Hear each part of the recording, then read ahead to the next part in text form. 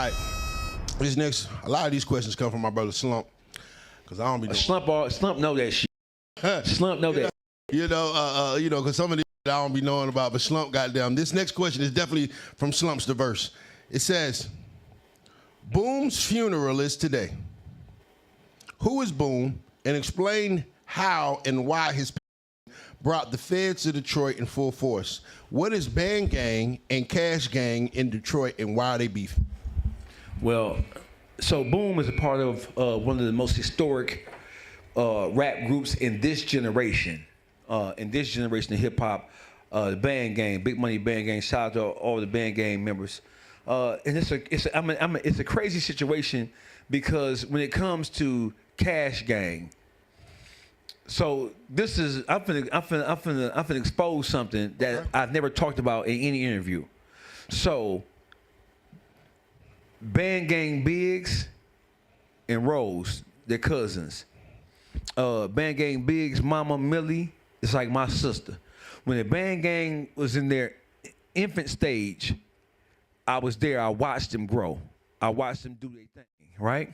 Yeah. On the flip side of that, I can't hear. On the flip side of that, Cashgang, Big Money Key. Big Money Key is literally like my nephew.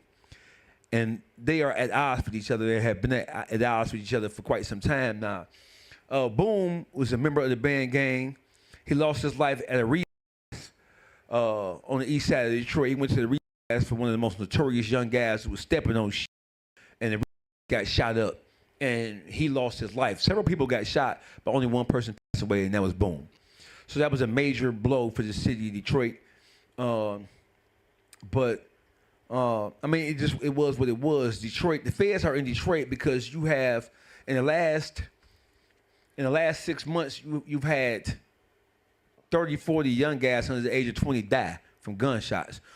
In Detroit are jumping out shooting broad daylight.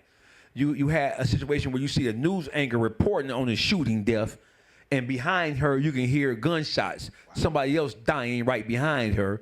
Wow. So it's like that. So the feds come to Detroit because when those bodies start dropping and local law enforcement seems to be clueless about how to stop it or how to deal with it or how to kind of like stave it off, the feds coming. It's always been that way.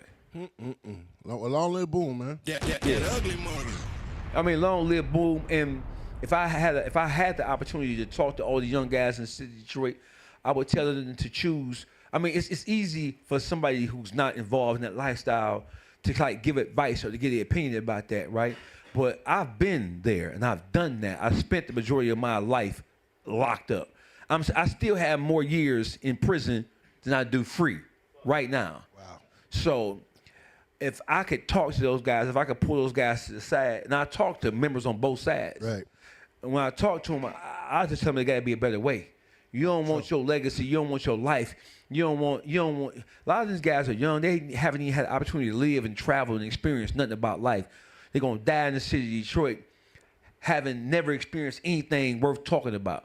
So my whole thing is, when I talk to young guys, I tell them it ain't about the beef. It ain't about nobody else. It's about trying to turn your life into something that's worthwhile. Trying to turn your life and trying to improve your family life. Because a lot of these guys are talented. Most of these guys are the best rappers in the city of Detroit. Right? So the whole thing is, you got to do better for yourself. If you don't do better, they got somewhere for you. There's two places for you: the graveyard and the penitentiary. There it is. So you got to figure out a way to make your way around both of those kind of things. That ugly money.